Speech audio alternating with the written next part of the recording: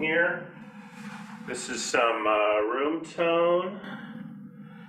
And I want to ask you that, Nina, because I could tell when we were talking earlier, besides, naked dating, that you have a passion for social justice and for being able to do what it takes for our patients. Where does that come from? I think that comes from I was raised in a poor environment.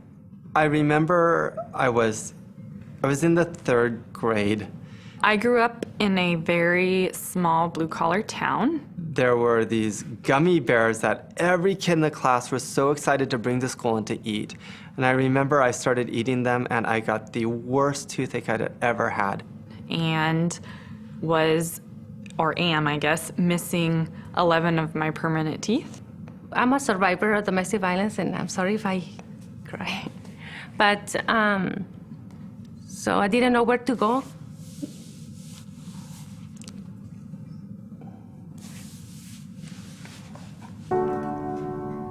I remember going home and telling my parents, and at the time we did not have dental insurance.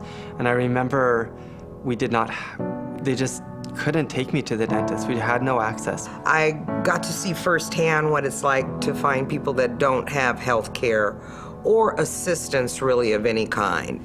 And so I grew up as a high school girl, going to school with missing teeth in the front of my mouth. I went for weeks in a lot of pain until I was able to be seen, so. When I went to the clinic, I have a doctor who listened to my stories, and then she told me that. As I grew up, I really felt that that would be a place that I could fit to help people, to make sure that they are getting what they need.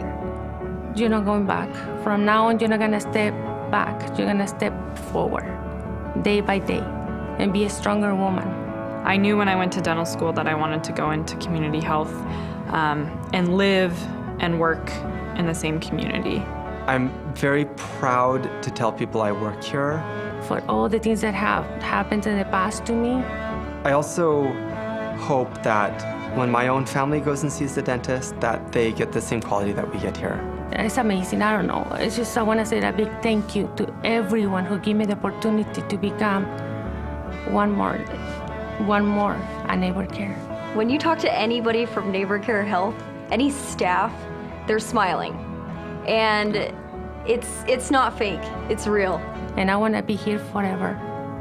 We're truly happy here. It's just one big team all together. Which I think is very important.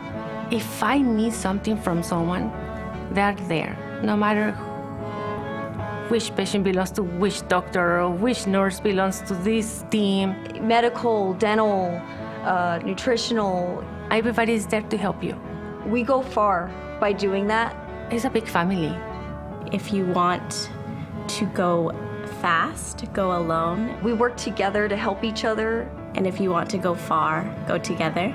And we get to accomplish a lot more than we would if we were, I guess if we were...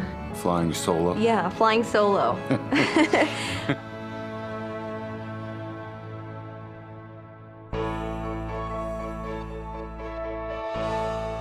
People in healthcare are finally waking up to the fact that, hey, it's not all about us. It's not about health care.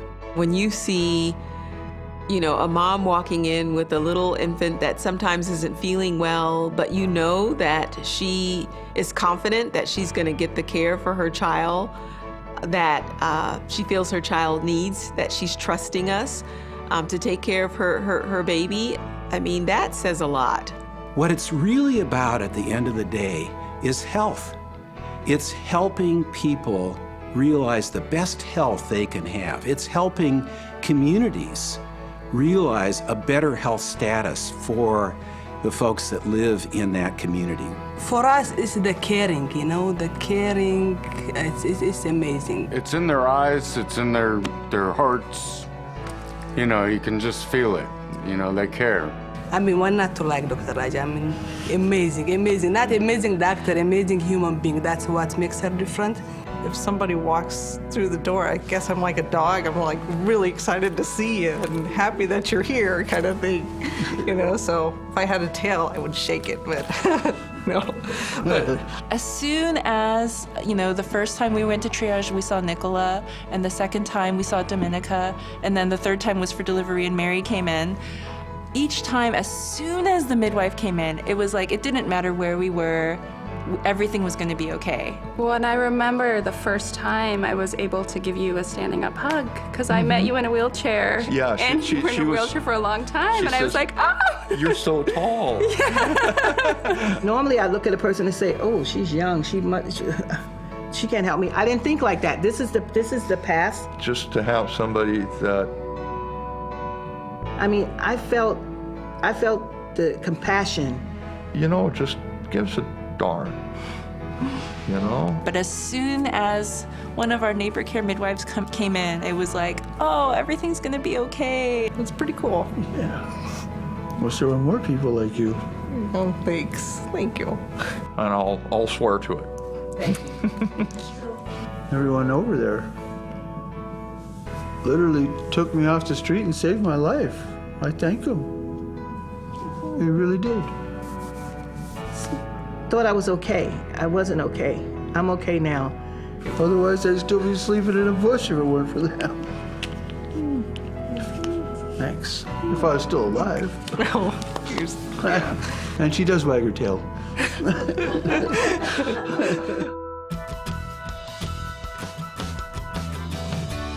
Now, if you're going to focus on the health of the community, you've got to think way outside the realm of traditional clinical care. The community connections for us are about defining health at a much broader scale. Literally, how can we engage in the community to improve health? We've taken that concept of community health centers, and we have broadened the definition to be about all those things that support communities to be healthier and safe places for families and for anyone who enters them to live their lives and live their lives to the fullest. So the idea of a community health worker is that we're really looking for trusted individuals in the community that we're serving, folks that have the same experiences, that speak the same language, that can really be that bridge for their families and their neighbors to either our clinics or just overall our very complex healthcare system. We need those folks there to be, the front lines for our program. We've figured out how to have very small neighborhood-based and location-based primary care presences. So St. Vincent de Paul, for example, our location in a thrift store on Aurora. They help each other, they support each other. We have, all our staff go to the neighbor care clinic, they're for their friends and family.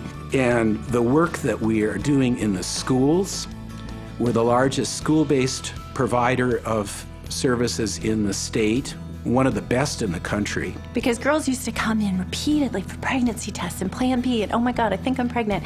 And now there's this awesome quiet where I'll see them for their IUD and a follow-up, and they're like, I love it, it's great. And then I never see them again. Our work with the homeless on the streets and in supportive housing and in shelters and everywhere the homeless are, we are. It's a great program. Without that, I probably wouldn't even be here. I'd probably be dead. The community connectedness and the way in which we look outside our four walls to actually improving the health of our communities is an amazing way to look at the future and think about actually trying to accomplish on a much broader scale some very important work. Perfect. Thank you. Thank you. This wasn't hard at all. Oh, I know, right? See? It's a wrap. Can I say something else? Sure. I just want to say something about caring for Mrs. Orbetta. And yes, please. One of the things after all these years, it's very sweet that often when she comes and sees me, at the end of the visit, there'll be a little brown paper bag. And she'll very shyly give it to me, and it's usually full of cookies for my children. And it's just been very sweet that it's her little gift to me most of the time she sees me. Because I have nothing to give except to show you how we appreciate and how grateful we are for all the things you have done. Thanks is not enough.